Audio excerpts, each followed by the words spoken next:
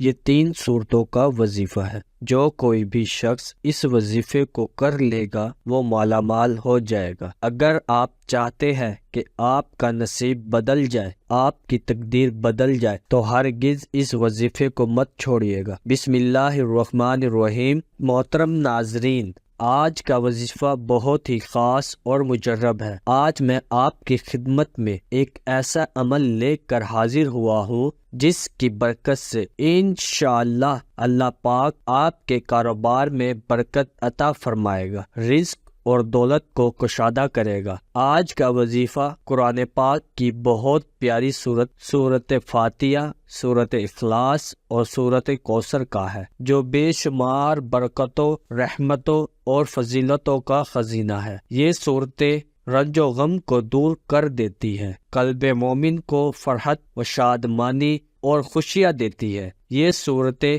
بہت ہی پاورفل ہے۔ ان کو پڑھنے سے اللہ تعالیٰ نے حیران کن معجزات رکھے ہیں، اور موجودہ دور میں جو لوگ رزق کے معاملے میں ہر وقت پریشان رہتے ہیں، اس کو پڑھنے سے اللہ پاک رزق کی پریشانیوں کو ختم کر دیتے ہیں۔ اللہ کریم نے ان صورتوں کے پڑھنے پر اتنی زیادہ برکات رکھی ہے کہ جو کوئی بھی رزق کی پریشانی میں ان صورتوں کو اپنے گھر میں نماز کی پابندی کے ساتھ پڑھنا شروع کر دیتا ہے، اللہ پاک اس کے گھر میں رزق کی پریشانی کو مکمل طور پر ختم فرما دیتے ہیں۔ اور دوسرا انعام اللہ کی جانب سے اس انسان کے لیے دلی طور پر ایسا سکون نصیب ہوتا ہے جو دنیا میں کسی اور شے سے نصیب نہیں ہو سکتا۔ اور یہ کتنی بڑی سعادت ہے انسان کے لیے۔ 2 سال قبل ایک بہن کا بار بار کہہ رہی تھی، وہ وہاں اپنی ایک ہی پریشانی کا بار بار ذکر بتاتے ہوئے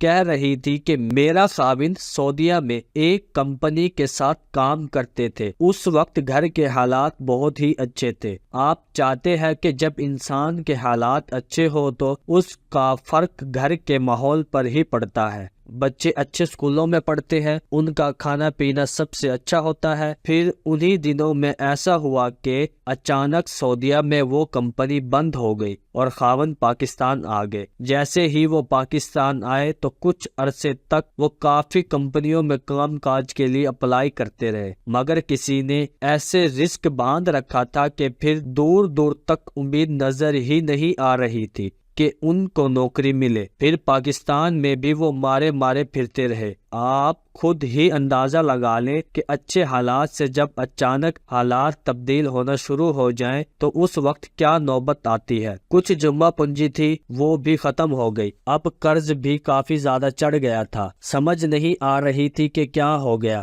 کسی کی ایسی نظر لگی کہ ایک دم سے حالات ہی بدل گئے، اپنی گاڑیوں میں جاتے گھومتے اب حالات ایسے تبدیل ہو گئے کہ گاڑیاں بھی فروخت کر ڈالی۔ کسی نے خاوند کو مشورہ دیا کہ ریفریشمنٹ کا بزنس شروع کر لو، کچھ نہ کچھ تو گھر روزانے کی بنیاد پر آتا ہی رہے گا، جس میں سے گھر کا خرچہ نکلتا رہے گا، ورنہ جو تمہارے پاس جمع پونجی ہے یہ تو ساری ہی ختم ہو جائے گی۔ پھر لوگوں سے یہ قرض لیتے رہنا اور تمہاری نسلیں بھی قرض دیتی رہے گی۔ اس بندے کی بات میری خاوند کے دل پر لگی، انہوں نے مجھ سے مشورہ کیا تو میں نے بھی انہیں کام کی اجازت دے دی۔ پھر انہوں نے ریفریشمنٹ کا کام شروع کیا تو وہ بھی نہیں چل پایا، بڑی مشکل سے اس کا کرایہ پورا ہوتا تھا۔ جب انسان پریشانی میں گرا ہوا ہوتا ہے تو اس کو کچھ سمجھ ہی نہیں آتی کہ وہ کیا کرے۔ کوئی کہتا تھا یہ پڑھ لو، اس سے حالات تبدیل ہو جائیں گے، کسی نے بتایا جادو ہے، کسی نے تعویذ کیے ہیں، کافی جگہوں سے علاج بھی کروایا، مگر کوئی فرق نہیں پڑا۔ جب یہی پریشانی وہ بتا رہی تھی تو میں نے ان کو سورت فاتحہ، سورت کوثر اور سورت اخلاص کا وظیفہ بتایا۔ جیسے ہی انہوں نے یہ عمل شروع کیا، 1 ماہ ہی گزرا تھا کہ انہوں نے دوبارہ میسج کیا کہ الحمدللہ اللہ کریم نے کاروبار اس طرح بڑھایا کہ خاوند کا ریفریشمنٹ کا کام ایسا چل پڑا، اب 1 ماہ میں بہت اچھی آمدنی ہوئی۔ ہم نے ان کو یہ بتایا کہ آپ اس عمل کو جاری رکھیں، اس سے آپ کو اتنی مال و دولت حاصل ہوگی، آپ کی نسلوں کے لیے کافی ہوگی۔ اللہ پاک آپ کو اس عمل سے ایسا رزق جاری فرما دیں گے کہ وہ 7 نسلوں تک کبھی ختم نہیں ہوگا۔ وقت کو مد نظر رکھتے ہوئے وظیفے کی طرف چلتے ہیں۔ سب سے پہلے اپنے گھر میں نماز کو معمول بنانا ہے۔ کوئی فرد ایسا نہ ہو جو نماز نہ پڑھتا ہو، کیونکہ نماز فرض ہے۔ اگر ساری رات آپ تہجد پڑھ لیں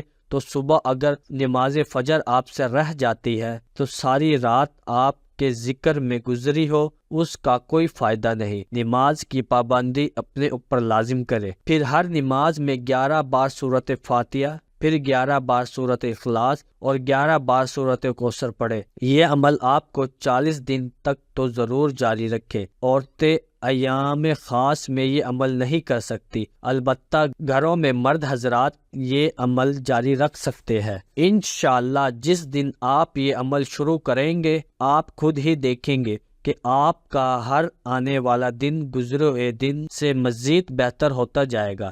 بس اللہ کی ذات پر امید رکھے، رب کریم کبھی آپ کو مایوس نہیں کریں گے۔ اپنے اللہ کریم کی محبت کا یہ واقعہ بھی سن لے۔ آپ اللہ سے یہ مانگتے وقت اپنے گناہوں کو مت دیکھا کریں کہ میں تو گناہ گار ہوں، مجھ سے بہت گناہ ہوئے ہیں، وہ تو غفور الرحیم ذات ہے۔ آج آپ توبہ کر لیں، اپنے اللہ کو منا لے، اس سے صلح کر لیں، اللہ پاک جلد مان جاتا ہے۔ توبہ تو بے شمار واقعات سے بھری پڑی ہے۔ کہیں لوط علیہ السلام جیسے انبیاء کی بیویاں جہنم کا ایندھن بن رہی ہے، تو کہیں فرعون جیسے دشمن دین کی بیوی آسیہ اسلام قبول کر کے جنت میں خاتم المرسلین صلی اللہ علیہ وسلم کی زوجہ کا شرف حاصل کر رہی ہے۔ کہیں نبی صلی اللہ علیہ وسلم کا سردار چچا ابو لہب جہنم کے پس ترین درجات میں گر رہا ہے، تو کہیں بلال رضی اللہ تعالی عنہ جیسا غلام حضور صلی اللہ علیہ وسلم کی سواری کی لگام پکڑے